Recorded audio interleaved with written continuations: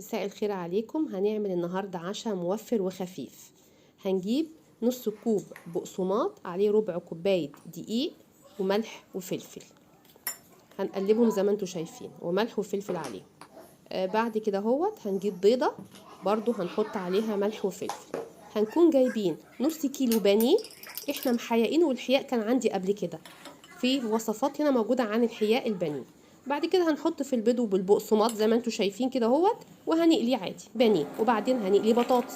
هنقطع البانيه شرايح، ونجيب يا عيش شامي زي ما انتوا شايفين ونفتحه كده، يا اما نجيب عيش صاج.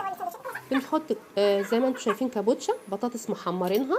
بعد كده بنحط كاتشب، مايونيز عملناه قبل كده هتلاقوه موجود عندكم، ونحط البانيه وبرده كاتشب ومايونيز الكميه اللي انت عايزاه، ونلف كده الفراخ رول زي ما انتوا شايفين، ونعمل شايفين جماله.